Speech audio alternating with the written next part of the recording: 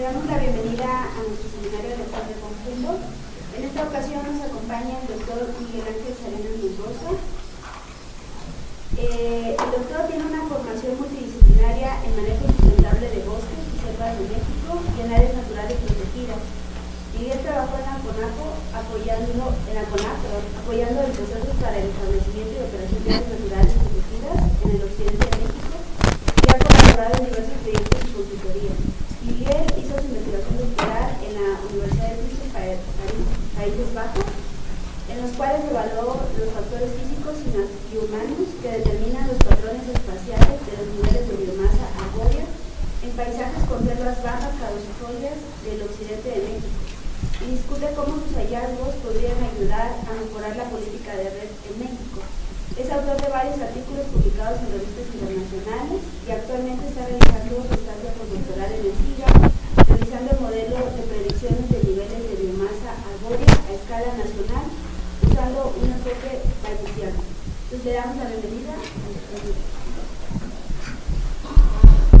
Hola, ¿qué tal? Buenos días a todos. Gracias por haber venido primero. Yo voy a platicar esto que está más relacionado con, principalmente con, parte de mis resultados de mi tesis de doctorado. Entonces, lo que les voy a presentar es solamente una fracción y tiene mucho que ver, una parte está como que ligada a la otra, una guía a tratar de meterse un poquito con un problema que a mí realmente me preocupa mucho, ¿no? de este planteamiento de red. Ese se comprendió en la charla, ¿no? Primero les voy a hablar de la motivación, una motivación que me ha salido de mi carrera, pero además después de haber estado haciendo doctorado, moverme un poquito entre la parte teórica, moverme un poquito también en la parte práctica. Les voy a platicar del área de estudio y los antecedentes derivados del estudio que he estado haciendo en la zona. Y cómo algunos procesos derivados de mis estudios, puedo definir algunos procesos que modulan la biomasa forestal a escala regional, pero además después de esto, cómo puedo llegar a aterrizarlo de a una escala un poco más local para hacer justo tratar de hacer una propuesta de obtener una planeación mejor de las actividades de red más en México, ¿no? Para eso les voy a presentar un estudio de caso en donde realizaré una discusión. Y lo primerito que a mí, yo digo, llevo como 20 años trabajando, soy biólogo y tengo como 20 años midiendo, más de 20 años midiendo arbolitos, ¿no? Entonces, y en varias partes de México, y uno de los sitios que más me ha encantado a mí son las selvas y bosques, ¿no? Principalmente la selva baja caducifolia. Y entonces a mí realmente una pregunta que siempre que me ha llevado a seguir realizando cosas es ¿por qué son importantes los bosques y selvas en el tema de cambio climático, ¿no? Hay varias razones, ¿no? Una de ellas, hay dos principales, ¿no? Que pueden ser fuentes de CO2. Fíjense cómo aquí está completito.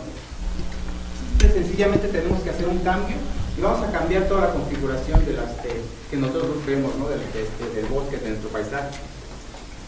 Esto, de alguna forma, va a ir a parar a la atmósfera. Es aquí donde uno empieza a hablar que son emisiones de CO2. También puede servir los bosques para capturar CO2. O sea, sitios donde ya llegamos, hicimos alguna actividad como seres humanos, removimos la cobertura vegetal. Lo que podemos hacer es tratar de hacer alguna actividad para recuperarla, ¿no? Entonces, por una parte perdemos, por otra parte podemos ganar. ¿Cómo lo hacemos esto? Pues una maquinaria muy simple, muy eficiente, ¿no? Le dicen soluciones naturalmente efectivas, ¿no? La fotosíntesis en este caso, ¿no? Los arbolitos llegan y agarran las moléculas de CO2, las incorporan a sus tejidos, al final de cuentas hacen esto, ¿no? Forman esto. Son tejidos estructurales que nos llevan con los cuales nosotros podemos hacer muchas cosas, a lo cual desde aquí en adelante le voy a llamar la biomasa arbórea. Esto Desde el punto de vista de cambio climático y bosques es la variable más importante, la más referida, no la más importante, la más referida para ver si podemos hacer alguna cosa o no. Entonces mi variable de interés tiene que ver mucho con la biomasa. La mitad de lo que se han hecho estimaciones y aproximadamente la mitad del peso seco de un árbol es carbono. Entonces agarro un árbol, es peso húmedo, lo corto en pedacitos, lo paso en una estufa, lo seco, bla bla. Lo último que yo veo de aquí, la mitad de lo que pese esto, va a ser carbono. Quiero un poco hacer énfasis en esto porque a veces uno cuando empieza a decir carbono, y más que nada porque ahorita me están diciendo que vienen estudiantes, por ejemplo, de otras disciplinas, ¿no? Que no tienen nada que ver con biología. Entonces, me parece importante aclararlo, ¿no? De REDD, les estoy hablando de REDD+, que es una de las varias propuestas desde el sector forestal que tratan de contribuir al problema de cambio climático desde el lado de los bosques, ¿no? Hay muchas más. Es impresionante. Entonces se mete a la base de datos de la ONU del tema de cambio climático, bosques, y de repente aparecen una inmensidad de opciones, ¿no? La creatividad es muy amplia, pero esta REDD+ es una de las que ha ganado más auge, le ha gustado más a la gente, no sé, tiene más popularidad, ¿no? ¿Y cómo funciona? Pues al final de cuentas tratan de dar una compensación por cosas que haga uno, y eso entonces tiene, lo que dicen es que van a dar una compensación por resultados. Si no hay resultados, no voy a dar compensación. Es así de simple y sencillo. Hay mucha discusión alrededor de esto, pero hasta ahorita es como está planteado, ¿no? ¿Y cómo es como tenemos que ver si realmente obtuve resultados? Tenemos que compararlo contra una línea base. ¿Esto qué quiere decir? Digamos, esta es mi línea base, a mi casita le voy a hacer un extreme makeover y vamos a ver cómo queda, ¿no? Entonces, yo digo que va a quedar así, pero yo tengo que hacer una comparación, ver si existe un cambio, ¿no? Si existe una diferencia, un delta. Si no existe, entonces no te voy a pagar. Es como que si yo le dijera al arquitecto, no te voy a pagar porque no es lo que tú me prometiste. Entonces REDD es una de las distintas políticas propuestas desde el sector forestal para cambio climático, que pretende hacer compensación financiera desde los países en desarrollo hacia los países en desarrollo. Esto pues, tal vez se escuchará muy bonito, pero la verdad a los países en desarrollo les sale carísimo hacer este tipo de cosas en sus países, y entonces optan por venir acá con nosotros y decirnos, vamos a trabajar con esto. ¿Y en qué se mueve? Pues básicamente en los dos ejes que les dije, ¿no? Tratar de capturar un poco más de carbono en la cobertura vegetal, y por el otro lado tratar de reducir todo lo que pueda hacer para que actividades que liberen CO2 a la atmósfera. REDD+ lo han agrupado en 5 tipos de actividades que tienen que ver con reducir las emisiones por deforestación, reducir las emisiones por degradación forestal, conservar los reservorios de carbono forestal, hacer un manejo forestal sustentable de los bosques e incrementar los reservorios de carbono forestal. No voy a meter en detalles. Esto a nivel internacional, nacional, local, tiene mucha discusión de qué es una cosa, las definiciones, cómo se va a hacer. Mejor por favor, no me pregunten porque podría ser algo de no acabar, ¿no? Y principalmente algo que dicen mucho es hay que cuidar salvaguardas, ¿no? O sea, todas estas 5 actividades, que pueden incluir muchísimas cosas, deben de cumplir ciertas condiciones sociales y ambientales para poder ser realizadas. También ahí hay mucha discusión. ¿Y de qué se vale entonces este método? Principalmente en esto, ¿no? En incrementar los reservorios forestales. Pues en esta maquinaria, ¿no? La maquinaria de de recuperación de los bosques, ¿no? La regeneración natural que puede observarse. Por una parte podemos tener la regeneración de los bosques de sitios que le llaman degradados, como o que son totalmente deforestados sin ninguna cubierta forestal, a sitios que tienen mucha biomasa en zonas muy conservadas pueden ser, ¿no? Pero entonces a lo largo de esto puede haber un montón de condiciones distribuidas en todo el paisaje. Podemos ver diferentes condiciones determinadas por ciertas cosas. Además, Red se puso todavía se complicó muchísimo la existencia, diciendo que lo van a hacer con un enfoque de paisaje. ¿Qué es lo que dice esto? Que va a promover un manejo integrado del territorio, alineando programas y políticas públicas para el desarrollo rural sustentable. Básicamente lo que quiere decir es, vamos a ponernos todos los que trabajamos aquí, todos los que vivimos aquí, en esta área, vamos a tratar de hacer áreas de conservación, restauración de suelos, silvopastoreo, la agroforestería, bla, bla, bla, bla, y vamos entonces todos a contribuir en el marco de red. Hasta ahorita, por ejemplo, hace unos 3 meses fui yo a una de las reuniones en uno de los estados que está más avanzado en el tema, Jalisco. Esto está años luz de ser implementado, ¿no? ¿Por qué? Porque al final de cuentas termina siendo lo mismo que se está haciendo, ¿no? Y uno les pregunta, oye, ¿y entonces dónde está el enfoque de paisaje que tanto se menciona? Dicen, bueno, para empezar, pues no hay dinero suficiente, ¿no? Entonces tenemos que priorizar, y priorizar es hacer una manchita por aquí, otra manchita por allá, y pues discúlpame, ¿no? Entonces, pues es muy difícil, la verdad, no solamente porque yo estoy aquí, sino porque es difícil. Entonces, los proyectos red, a final de cuentas, ¿qué son?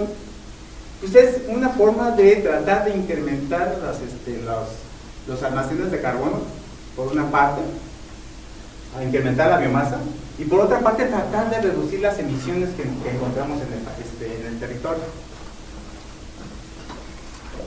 ¿Cómo lo vamos a hacer? De un tiempo 1 a un tiempo 2, y lo que vamos a obtener son un pago por resultado de usar, dependiendo de cuánto se incrementaron las biomasas en toneladas, cuánto fue este cambio de escenario con proyecto a escenario sin proyecto. Entonces te voy a dar una compensación. Salud. Bueno, red a nivel nacional, no está actualizado, hay otros por ahí. Aquí en Jalisco está pintado de otra forma, y por acá también hay otro pintadito más. En México se está haciendo red, se está haciendo en unas partes donde se está experimentando en unas áreas que dicen áreas de acciones tempranas. Son como laboratorios.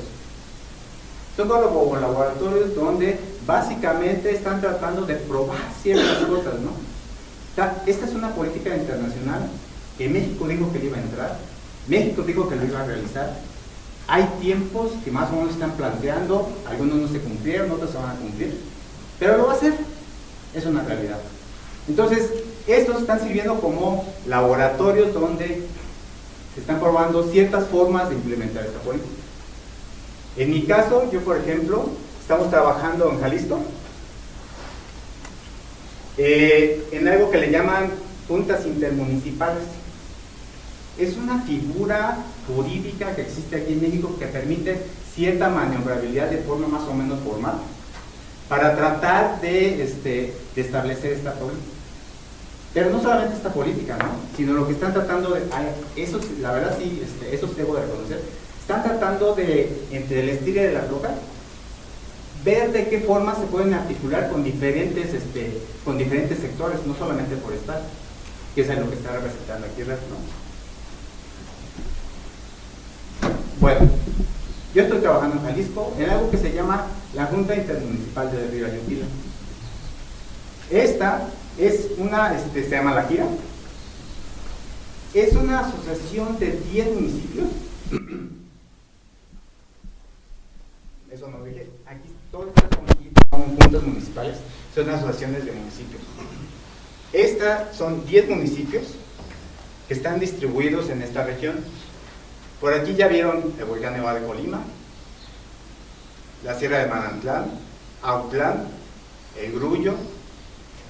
Aquí dentro de este territorio que está más o menos delimitado por esta línea negra, es el área de estudio, donde hemos estado trabajando. Son dos valles, el valle de Autlán y El Grullo, y el valle del Llano de Llamas. Sí, el de Juan Rulfo. Entonces, este sitio, nomás para que ubiquen un poquito, ¿no? Este sitio, a final de cuentas, toda esta cadena montañosa, todo este sistema montañoso que ven alrededor, forma una sombra orográfica que lo que causa es diferentes tipos de vegetación, pero principalmente selva baja.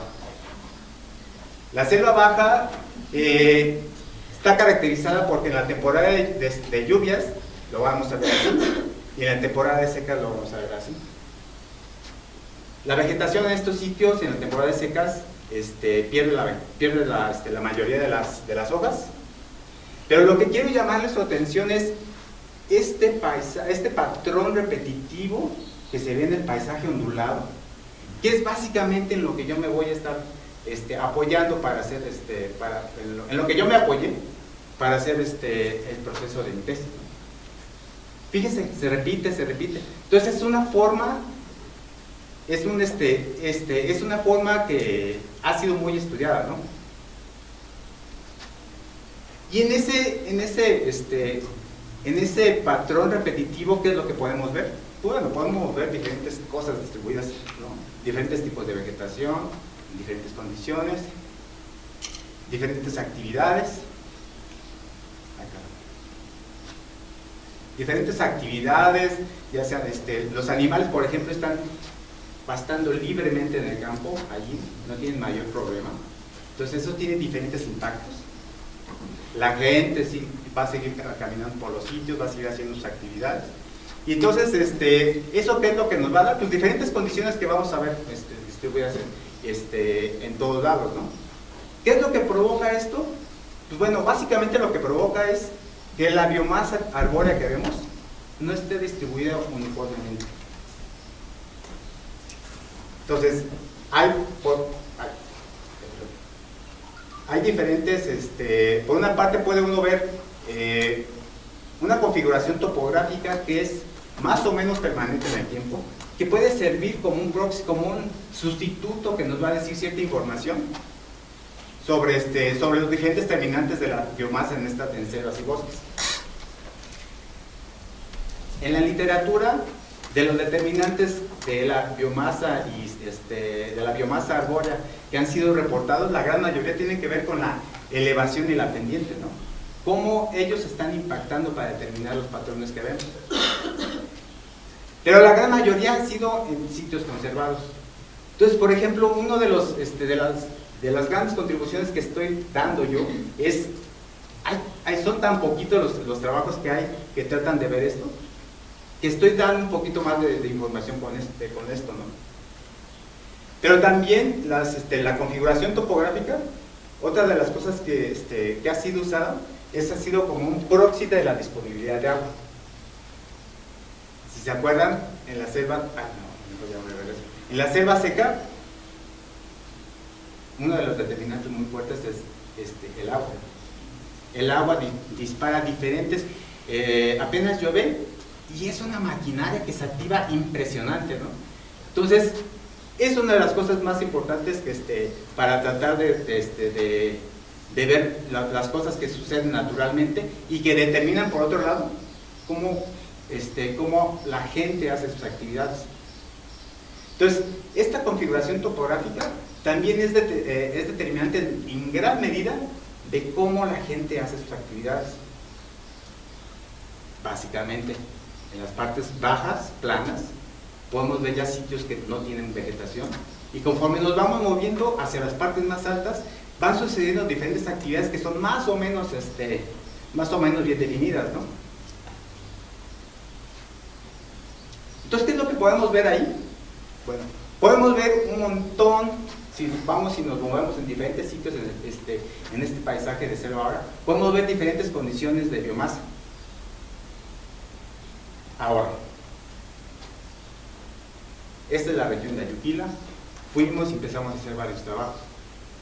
Uno de ellos, y es con el que quiero darles un poquito de contexto, es como encontramos una variación regional que tiene que ver mucho, que muestra mucho cómo es la variación en toda la región, perdón, y cómo hay una respuesta diferencial a diferentes condiciones de la topografía. Entonces, en este paisaje les dije yo que estábamos, estuve trabajando yo en varios ejidos. Estos eran los ejidos: Agua de Onda, Ayutita, Chiquitlán, Temazcal, Tonaya y Sensón. La variable que a mí me interesaba era la biomasa forestal. Entonces, una de las cosas que de entrada encontré, que es como lo que quiero poner en contexto, para empezar, hay muchísima variación, ¿no?, en cada uno del territorio de los ejidos. Segunda cosa es que puedo yo distinguir, dependiendo de las condiciones topográficas dentro de los ejidos que están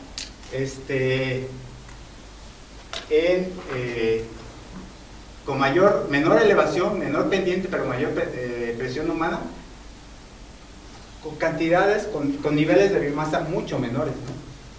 Y un par de ejidos en donde está en mayor elevación, mayor pendiente y mayor biomasa. ¿Esto qué es lo que me está diciendo? Pues a grandes términos que hay una respuesta diferencial en cuanto a la elevación, la pendiente, la concavidad, o sea, si es muy cóncavo o muy convexo el territorio. Esto permite acumular entre agua y nutrientes. Y la humedad del suelo, que también es definida un poquito por esta concavidad, ¿no?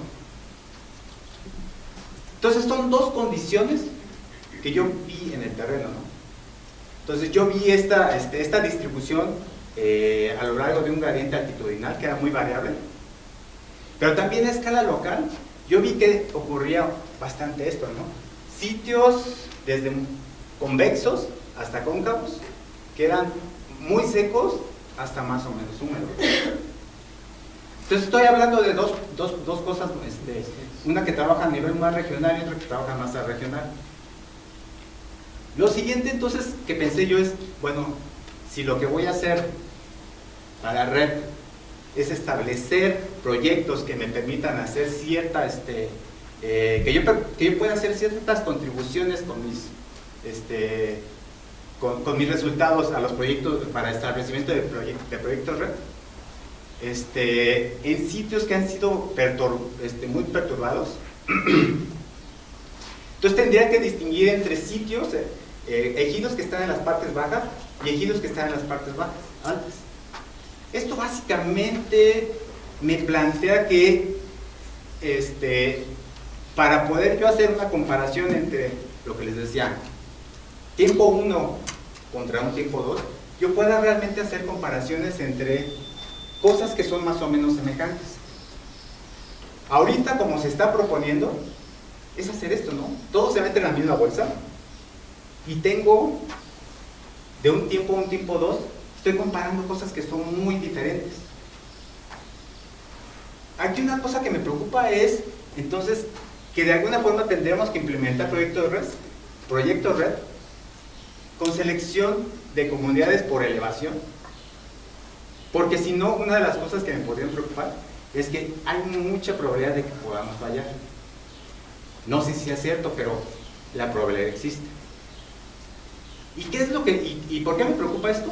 Porque al final de cuentas la gente se está metiendo, que puede participar de alguna forma un poco más organizada, y empezamos a trabajar en un tiempo 1, llegamos a un tiempo 2 y le voy a decir a la gente, ¿sabes qué? Pues no cumpliste con el objetivo que te había dicho. No hubo incrementos porque la verdad no se ven reflejados.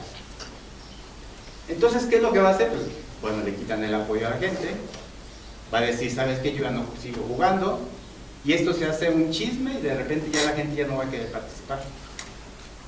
Entonces, ¿qué es lo que tenemos que hacer? Pues tratar de buscarle una pequeña solución mejor, ¿no? Y es ahí donde ya me meto yo un poquito más a escala un poquito más local, a escala de ejidos, a escala de comunidades, en donde después de haber seleccionado ciertos ejidos, ¿qué podríamos hacer para tratar de encontrar mejores estimaciones, ¿no? Entonces, es posible planear mejor las acciones que podríamos hacer de red. Para eso, ahora ya solamente seleccioné 4 ejidos de los 6 que ya tenía. En estos tengo 89 parcelas de 500 metros cuadrados distribuidas sistemáticamente. En general, para todo mi estudio yo tenía 160, ¿no? Utilicé un poquito más de la mitad solo para esto. Y lo hice solamente en estos 4 ejidos, en Zontla, Ayutita, Chihuitlán y Agua de León.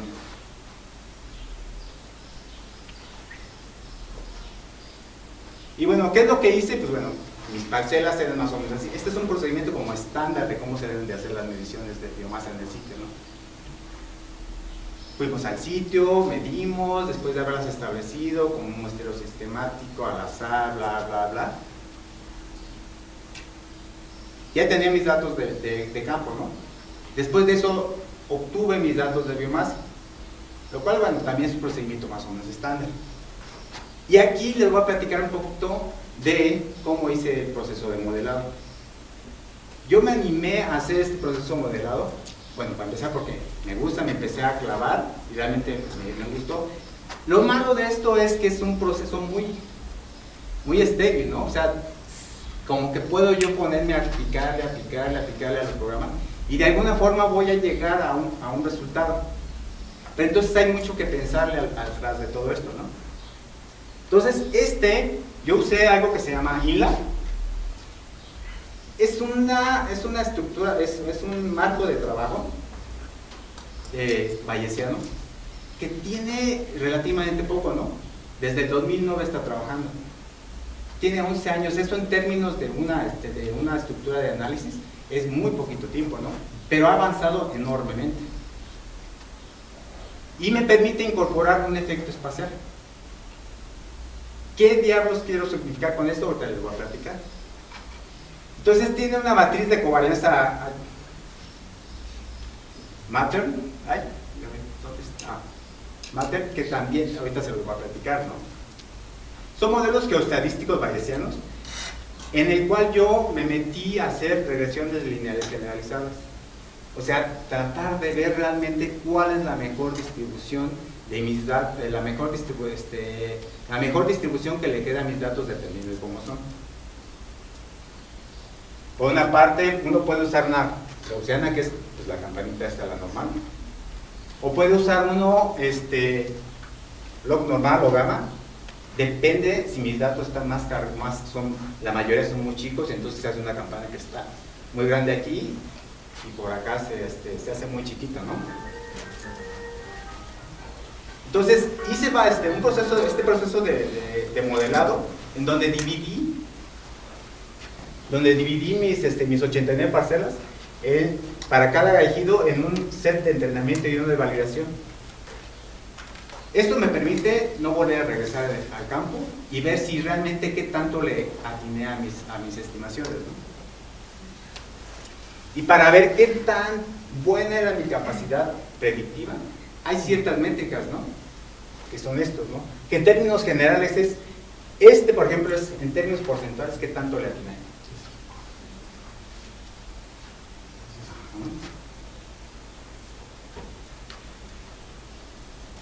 Bueno, yo les decía que esta estructura de análisis lo que me permite es incorporar el espacio, ¿no? La mayoría de las ocasiones, digo, todos aquí podemos entender que si yo estoy cerca de Cintia, aquí hay cierta relación que es muy fuerte por estar aquí cerquita. Conforme nos vamos alejando, esta relación se va haciendo menor. Esa es una forma de meter este tipo de relaciones, ¿no? Aquí, lo que hace es incorporar las relaciones espaciales mediante triángulos. Hace unos triángulos y dentro de esos triángulos hace ciertos cálculos para tratar de ver cómo tratar de representar el efecto espacial. Entonces, aquí uno de los grandes problemas cuando uno trata de hacer cosas bayesianas es la capacidad de cómputo. La capacidad de cómputo es aquí clave, ¿no? Bueno, esta estructura, todo este esquema de trabajo, reduce esa capacidad de cómputo increíblemente. Entonces, lo único que dicen es, si vas a usar triángulos muy grandes, entonces vas a tener menos precisión, triángulos más chicos, mayor precisión, pero vas a tener más problemas de cómputo. Entonces, bueno, aquí básicamente puede uno empezar a jugar, y en lo que antes podía hacer uno como en un año, uno lo puede hacer en una semana. Entonces, por eso es un poco lo que me animé a usar esto.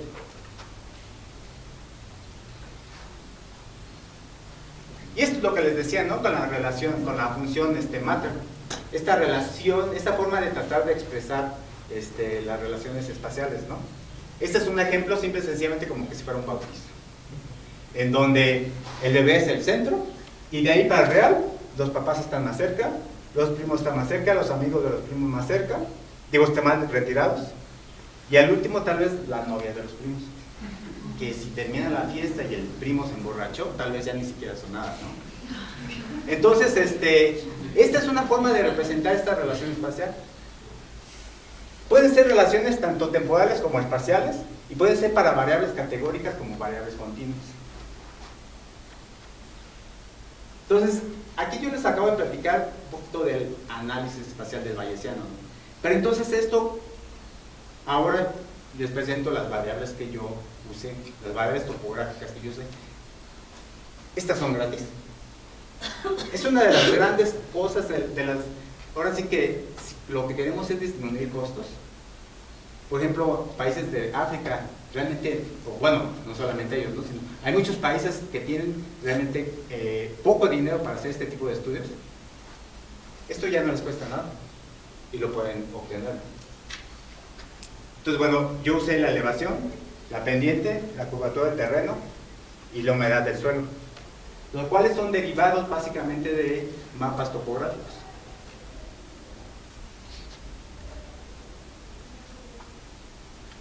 Bueno, pues en primera, lo que les quiero decir es que yo usé este modelo de los GLM, los modelos lineales. Entonces lo que dije fue, ¿saben qué? Entre todas mis variables, lo que yo puedo esperar es una relación lineal. Vamos a ver si es cierto, ¿no? Entre todas mis variables, que fue pendiente, elevación, humedad y curvatura, ¿no?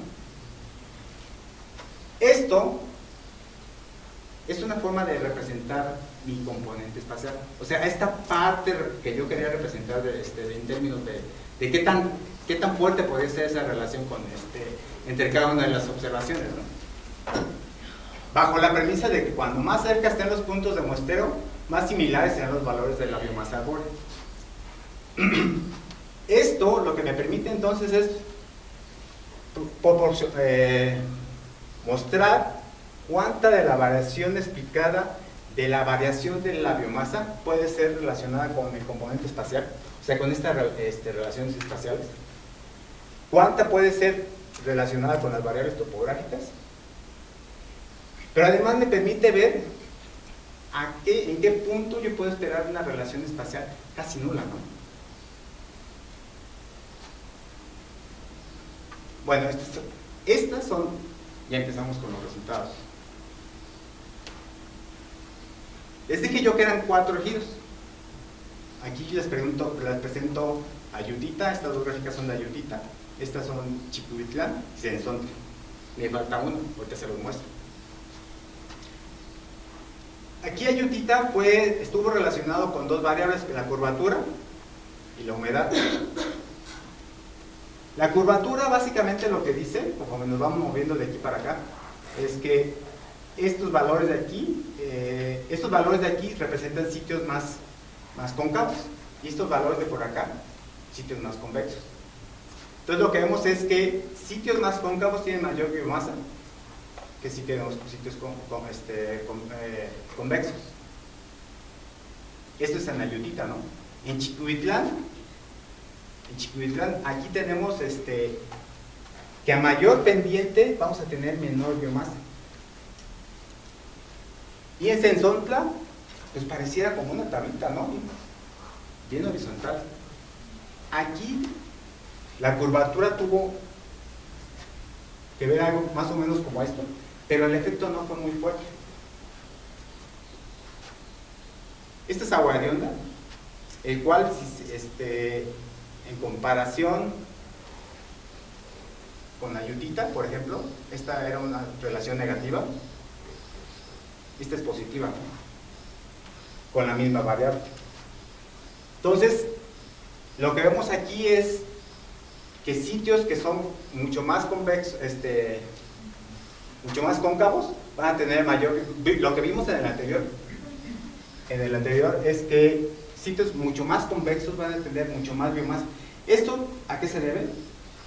Nosotros creíamos que más agua, más nutrientes, porque de alguna forma todo lo que se va escurriendo de aquí va a dar en estos sitios. Es una suposición muy simple, ¿no? De aquí ya empezamos a hacer un poquito de teorías de qué podría pasar. Y entonces aquí, en este sitio, Agua Hedionda, lo que encontramos es un efecto completamente diferente. Sitios que estaban mucho más convexos,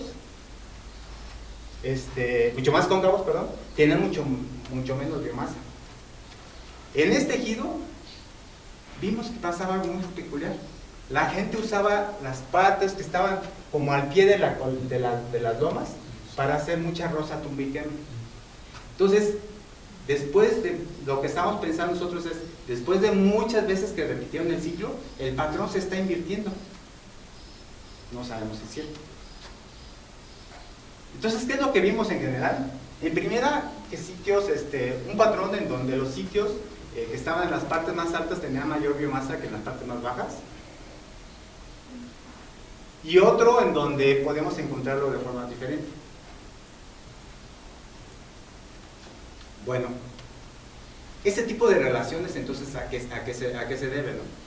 Lo que nosotros entonces podemos determinar a partir de las relaciones que vimos, tanto con las variables topográficas como las relaciones espaciales, es poder obtener estimaciones en sitios donde nosotros nunca medimos. Para eso realmente es para lo que usé yo todo esto. Entonces, este es el mapa, una representación de cómo podría estar distribuida la biomasa en estos 4 ejidos.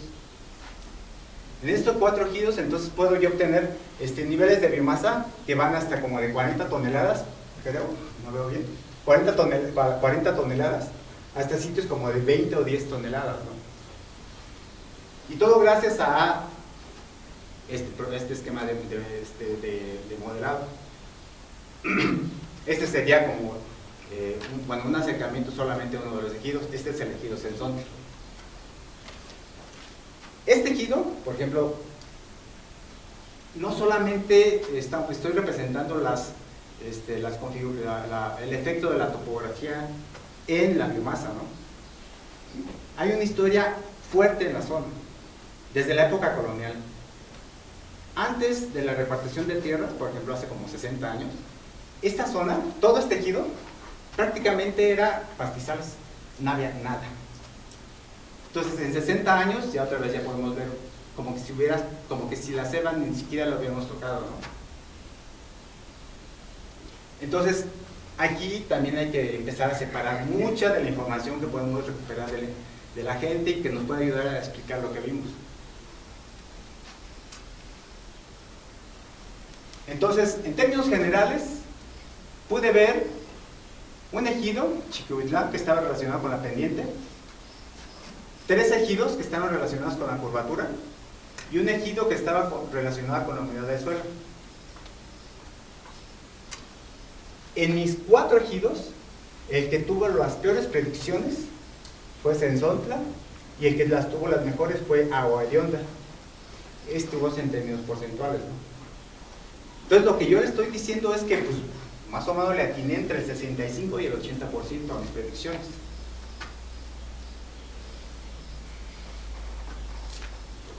Ahora quiero llamar su atención en algo que les platiqué, ¿no? Estoy hablando mucho del efecto espacial. Les puedo decir, entonces yo les dije, ¿saben qué? Yo puedo tratar de diferenciar cuál es la proporción de estas relaciones espaciales que están determinando los patrones que yo veo. Esa es esta línea. Y básicamente es esto que está aquí entre corchetes. Aquí ya empiezo yo a ver cosas raras. Y sería, para empezar, irresponsable de mi parte no decírselas. Está diciendo que el 99% es debido a las relaciones espaciales, ni siquiera tiene que ver mucho la topografía, ¿no? Esto ya es muy raro. Entonces, 99, 99, 99, 97, pues a empezar no es cierto, ¿no? Otra cosa que yo podía obtener era a qué distancia mis relaciones espaciales casi se desvanecen. Aquí me dice que más o menos como al kilómetro ya casi no tengo estas relaciones. Esto sí es muy importante, porque bajo esquemas de análisis estadístico tradicional, lo que suponemos es que hay independencia entre nuestras muestras. Si no se cumple esto, estamos haciendo malas cosas, ¿no?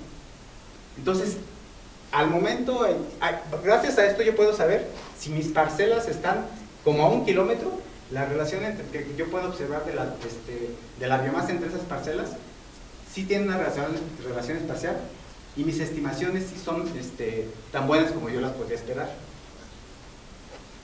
El problema es este.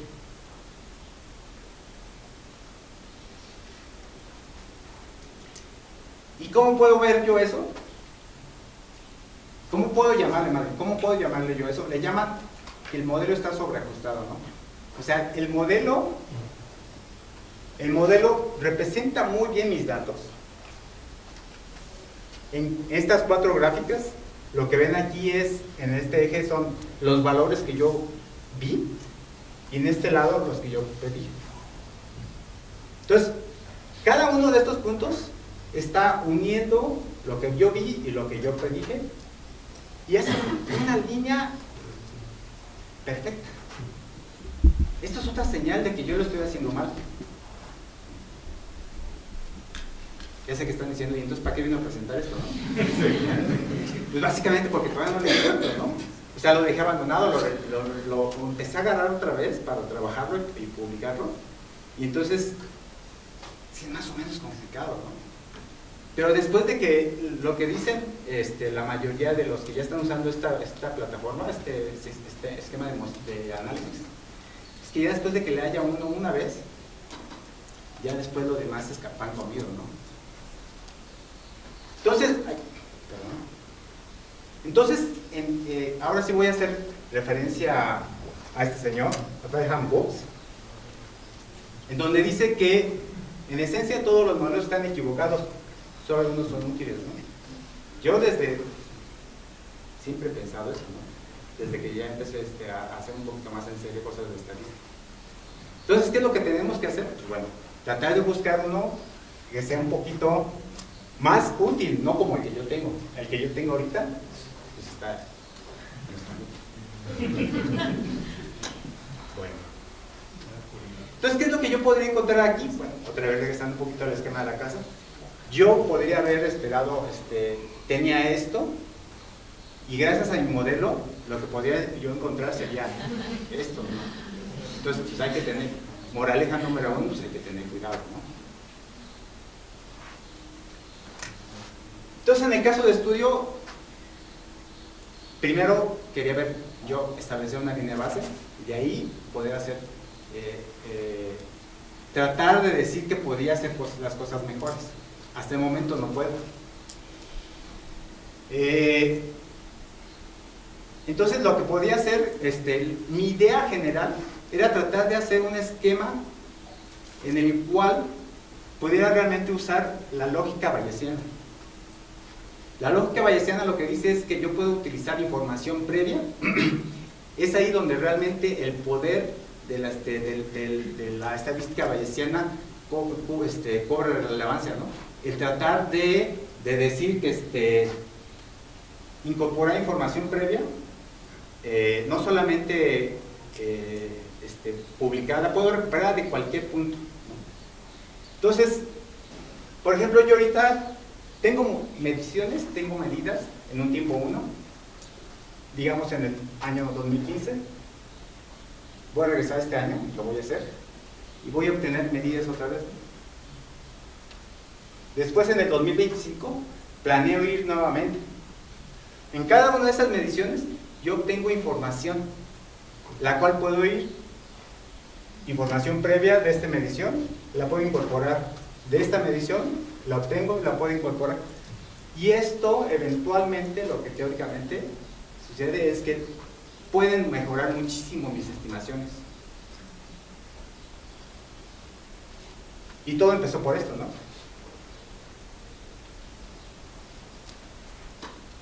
Ahora lo que sé, por ejemplo, y hace poco porque me lo pasaron, es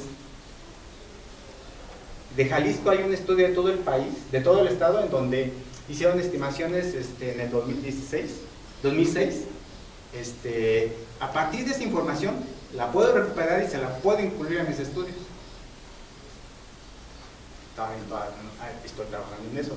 Pero entonces las verdaderas preguntas cuando voy a llegar con la gente va a ser, oiga, bueno, aquí más bien, perdón, aquí más bien es, me estoy moviendo un poquito entre la teoría y la práctica, ¿no? Entonces, por una parte, mis preguntas podrían ser, entonces, ¿cuáles son los factores que determinan la biomasa, tanto a nivel regional como a nivel local? Pues ahí más o menos tengo una idea, tengo que mejorar esto, ¿no? Entonces, si llego a cualquier punto con alguna persona que quiera hacer un proyecto, me ha preguntado, oiga, y entonces, lo que usted dice de biomasa, ¿cuánto hay ahí? Yo voy y me paro y más o menos le calculo cuántos árboles, cuántos tocones hay, y le digo un estimado. A ver, usted, biólogo, por parte de mí, lo que me faltaría es saber cuánto podría incrementar esa biomasa en el tiempo, ¿no? Realmente saber cuánto podría yo esperar que debería incrementarse. Y entonces, ahorita que está tanto de moda desde el Plan Nacional de Desarrollo y que lo bajas a no sé qué tantas políticas públicas, tanto que está de moda, entonces, ¿cómo podría estar relacionado, cómo podría yo contribuir con esta información al bienestar de la población? Entonces yo podría decir, ¿sabe qué, señor? Simple y sencillamente, aquí en las partes que están al pie de la ladera, va a encontrar un poquito más de biomasa que está allá arriba. ¿En qué cantidad? Pues tendremos que hacer los estudios. Típico, ¿no? Y si me muevo a otro lado, entonces podría decir lo mismo. Ya vi que me muevo de un ejido a otro y las cosas pueden cambiar, ¿no? Entonces también tengo que incorporar información adicional.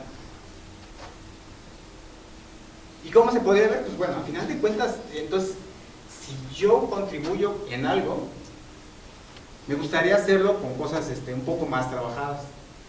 El año pasado, por ejemplo, en el sitio donde estamos trabajando, ¿sabían que ya teníamos esto? Invitaron a que hiciéramos participar en una convocatoria. Yo les dije, ¿saben qué? No podemos, pero es que ustedes ya tienen algo, ¿no? Tienen estas cosas, tienen estimaciones de campo. Dije, no, si lo hacemos, o sea, ustedes, no soy yo el que va a salir perdido, van a ser ustedes. Mejor, pues no hagamos nada, ¿no? Pero entonces ya tenemos que movernos, ¿no? Y esto, pero entonces, si, por otro lado, tendremos que estar pensando cuáles son las actividades que realmente podrían estar involucradas, que podríamos estar realizando en terreno, ¿no? ¿Cuáles son, por ejemplo, en la zona hay mucha rosa tumba y quema, que le llaman cuamín? Es un proceso que se repite, la gente, nosotros de por acá, de la ciudad, decimos, eso ya no se debe hacer, es una forma antigua de hacer las cosas, pero la gente lo va a seguir haciendo. Entonces lo que tenemos que tratar de ver es estas actividades, cómo se pueden mejorar, cómo pueden ser, cómo pueden tener menores impactos en los almacenes de carbono, ¿no? La gente va a seguir haciendo actividades, ¿no? Desde tener animales, necesita leña para sus sitios. Entonces tenemos que ver de qué forma podemos ayudar. Y, bueno, no sé, mejor no digo.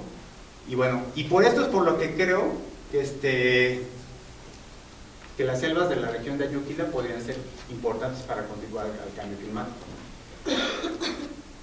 Bueno, eso sería todo. Gracias.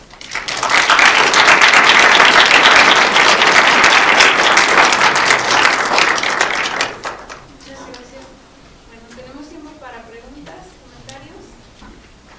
Eso es lo que dice Miguel, que todavía falta mucho que explorar para poder tenga utilidades.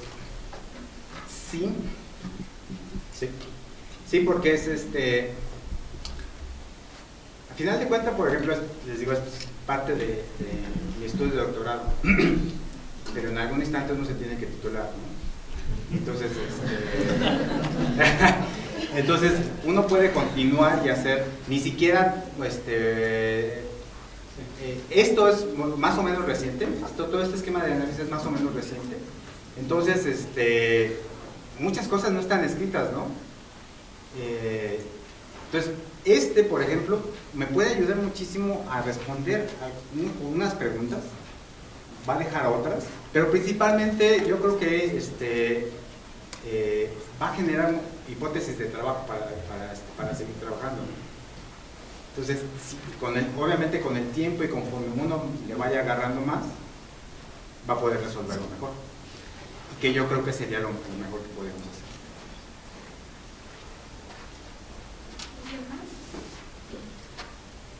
Oye, bueno, gracias.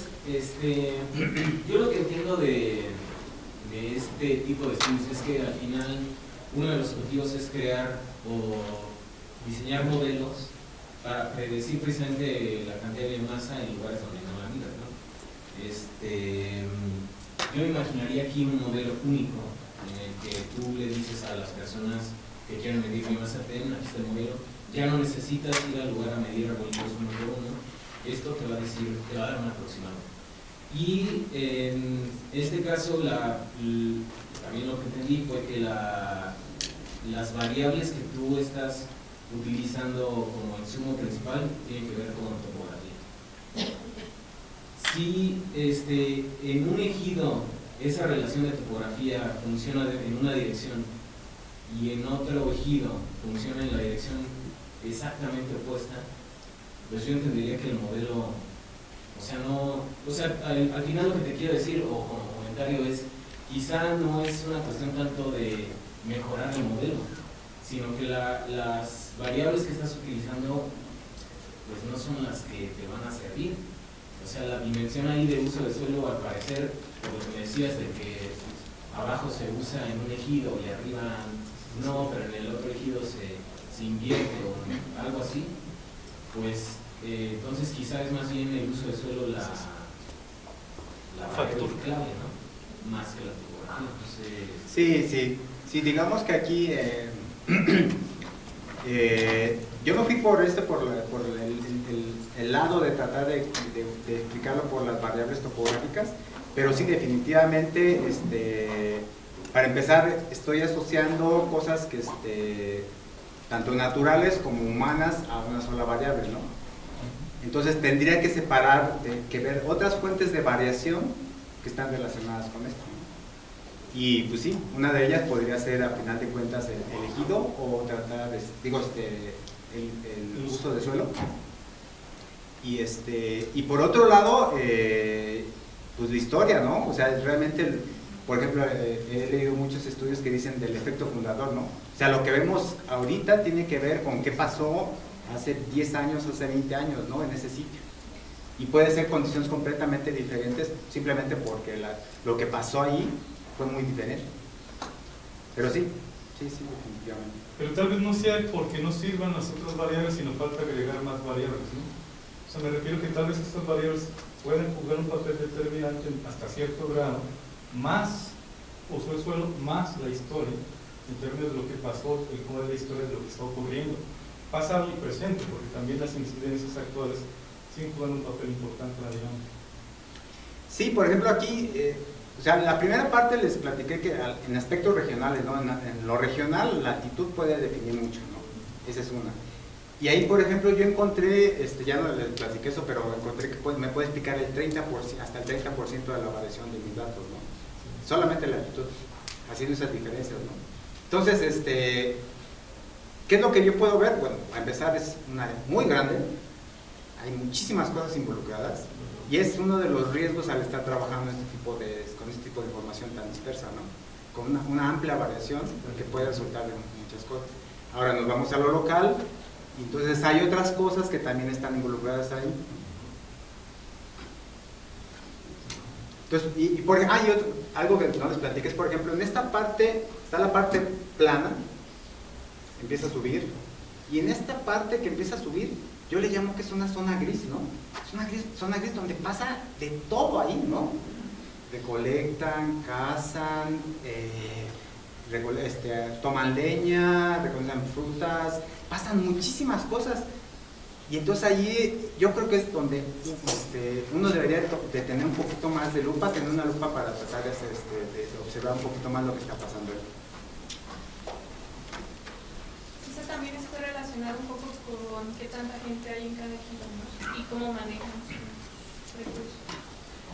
Porque ejidos que tienen muchos integrantes, pues como que tienen más cultivos, hay como más movimiento, menos rotación en la zona. Y a lo mejor cuerpos de agua, ¿no? Porque muchas personas también para recolectar leña, frutos, dejan ciertas zonas sin deforestar. A veces lejos, a veces cerca de las comunidades, depende de cómo estén manejando. Sí, por ejemplo, un ejido que con los que trabajaron durante muchos años allí en la zona, decían que algunas zonas eran más conservadas, es el corazoncito que los llamaban, ¿no? Pero después de estarme moviendo yo por ahí, justo uno de estos sitios que eran que no tocaban, que no derribaban los individuos adultos justo porque decían ellos que les daba agua, me metí, hice algunos muestras y conservan los grandotes, pero todo lo que estaba como por aquí así para abajo ya se había ido, ¿no? Entonces, sí es muy importante, y más que nada en la zona, el agua. Sí es muy importante, ¿cómo se llama? Estaba cerca del poblado, entonces iban y cortaban estos porque podían cortarlos y les servía mucho para la leña, ¿no? Pero están pasando un montón de cosas que están modificando. Hay dinámicas locales, por ejemplo, en donde yo te presto mi terreno y tú me prestas algo a cambio. Pero entonces yo me olvido de qué es lo que tú estás haciendo. Entonces, una práctica que se estaba haciendo recurrentemente en un sitio de repente se detiene y cambia a otra porque yo se la presté a alguien a cambio de que me regaló una vaca o me regaló una tonelada de maíz. Son cosas que no se pueden ni siquiera registrar, tiene que ir uno como a terreno, tratar de registrar qué fue lo que pasó y por qué lo que vemos actualmente está de esa forma. Entonces hay que ir un poquito más al detalle. No sé si haya comunidades indígenas por ahí, porque Sí, no. Sí, no.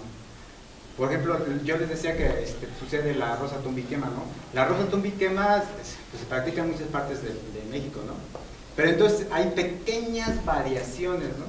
Y esas pequeñas variaciones pues, se ven, son muy visibles aquí en este sitio. Perdón. Pero entonces la gente empieza, ahorita que hiciste lo de la población, es una práctica que se venía diciendo desde hace mucho. Algunos dicen que es una práctica sustentable en densidades muy bajas, ¿no? Empieza a incrementarse la densidad de la población y entonces hay mucha gente que la practica.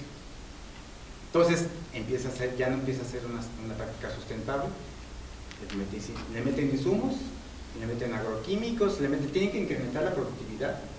Y entonces, ¿eso cómo se ve reflejado? Pues bueno, derrumban un poquito más por acá, otro un poquito más para allá.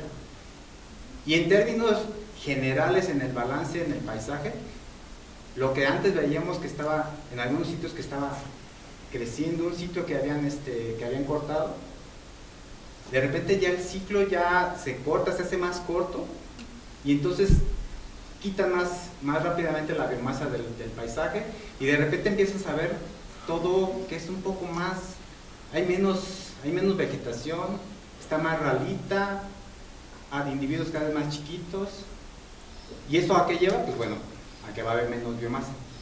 Estaba pensando en los sitios que elegiste, si no me equivoco, todavía me corregirás, es un área que mal que bien se han establecido varios esfuerzos institucionales de tal manera que son ejidos, de cierta manera han buscado ciertos tipos de manejo o no. ¿Cómo? O sea, al reconocer un poco los ejidos y la zona, veo que es una zona a través de la cual sí ha habido diferentes intervenciones de instituciones. Eso implicaría que, por supuesto, estos ejidos en particular pues ya tienen cierta dinámica de conservación, ¿o no es así? Algunos sí y otros no. Sí, pero pues sí, todo depende de qué tanto. Sí hay varias instituciones participando, sí tratan como de tratan de decir, bueno, oigan, ¿qué les parece si nos ponemos de acuerdo? Y por un lado tratamos de conservar un poquito más. Obviamente va a haber unas cosas que no vamos a poder llegar a ese punto, pero entonces vamos a tratar de esforzarnos en esto. Y una de esas es el agua, ¿no? La sonda en el agua en general para la población es muy importante, y eso es en lo que le han metido muchísimo más. En esto hay más o menos, la gente le entra pues porque hay un poquito de interés, y por eso es por lo que sigue. Yo creo que te falta ahora, bueno, ya analizaste la parte ecológica y había a lo mejor la parte social para que estén incluyendo esos patrones. La ganadería, a lo mejor hay sitios que tienen más ganado que otros, entonces. Ahí hay les decía que había mucho ganado suelto en el bosque, ¿no? Esa es la parte que queremos nosotros tratar de ver cómo es que está documentado en algunos sitios que el ganado tiene preferencias de por dónde se mueve, si está pendiente, cierto tipo de rocas, y bla bla. Entonces nosotros nos gustaría hacer algo semejante. ¿Por qué? Pues porque, por ejemplo, yo les pregunté un día a la gente, oiga, ¿y en dónde no hay ganado? Pues en la cocina, está en todos lados, ¿no?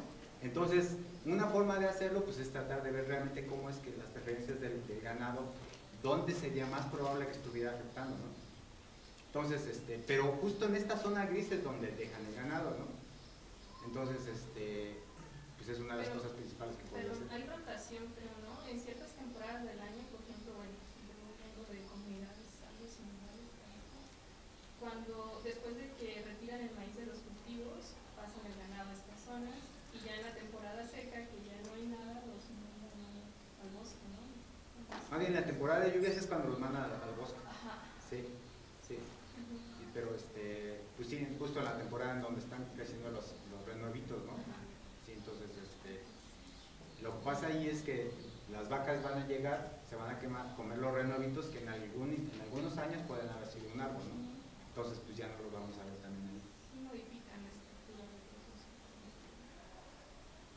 Y depende de qué tan intensiva sea. Exacto, sí.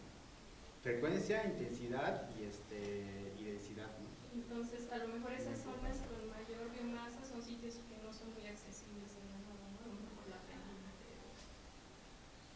Sí, pues sí, por eso digo que tendríamos que ver preferencias. Está muy padre, ¿no?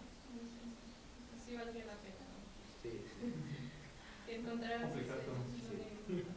Sí, por ejemplo, una de las cosas que tenemos nosotros después ahora es, tenemos unos collares para vacas, queremos ponérselos, recopilar esa información de dónde son sus preferencias, y a partir de eso poder hacer una selección de sitios, hacer unas evaluaciones de cómo le iría a los sitios donde tienen mayor preferencia y donde tienen menor preferencia, y ver qué tal estaría recuperarse la aplicación ahí.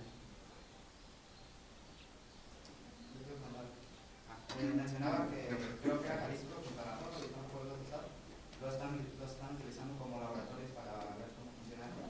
¿El proceso va lento para que se implemente en el resto del país, o una vez experimentando en eso se va? Va lento. Y más que nada, bueno, estamos nosotros de este lado, y esta es la otra parte, ¿no? La de gobierno, las organizaciones civiles, tratando de impulsar esto, ¿no? De parte en el momento en que nos hemos sentado, hace años se organizó a nivel nacional para tratar de llevar a buen término todo esto.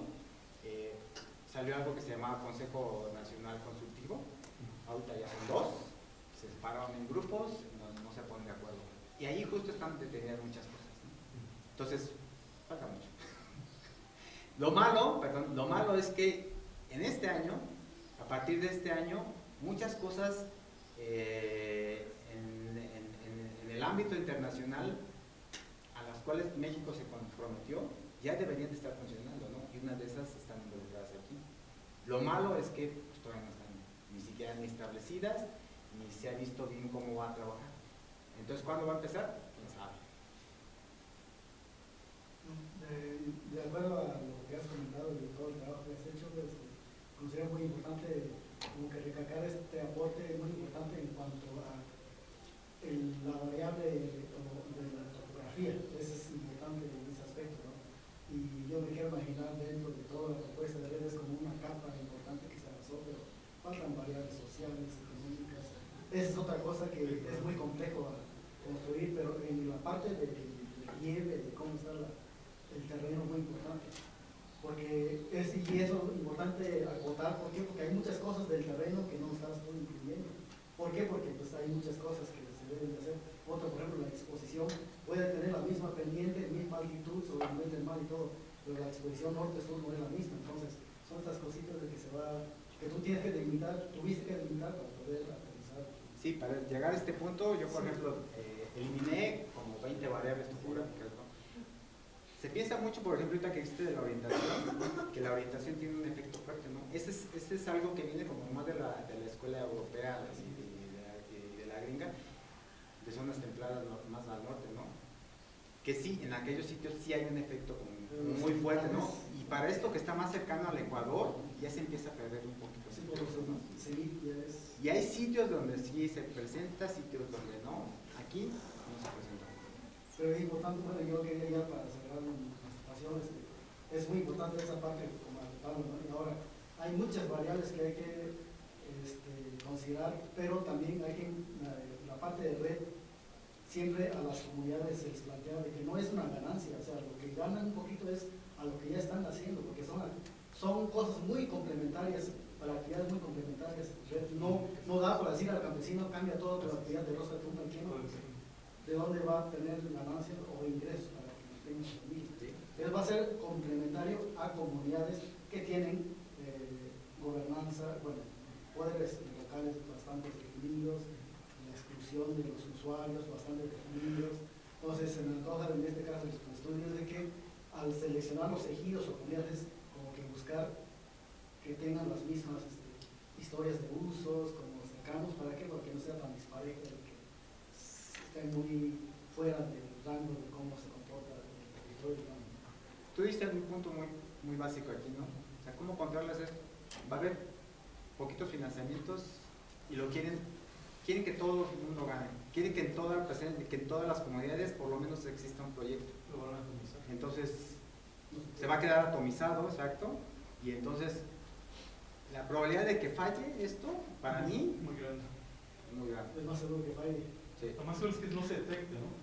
O sea, puede tener cambios significativos, la pregunta es qué tanto van a reflejar lo que se espera. Por lo que debería ser que no hace. Y las evaluaciones de éxito, ¿no? Las evaluaciones de éxito que se proponen originalmente son muy claras, van a cambiar, no va a ser lo que está diciendo. ¿Verdad? Sí, bueno, tengo una duda así muy puntual. Ya identificando toda esta variabilidad del paisaje, ¿por qué considerar solo una regresión global y no regresiones locales? Una regresión global y no una que... Y no regresiones locales. Bueno, ya creo que esa parte me la brinqué. Por ejemplo, usé modelos isotrópicos y usé modelos ay, ya se me olvidó el nombre. Pero tienes ahí unas transparencias, ¿no? Sí. La parte de abajo. ¿Qué significa eso? ¿RL quién sabe qué?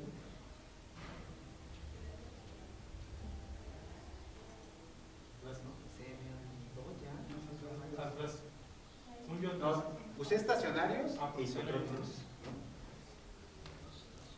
¿Por qué no uso, en este esquema puedo moverme a no estacionarios e isotrópicos? Estacionarios es que, por ejemplo, esta ecuación lineal va a suceder exactamente igualita en todo el terreno.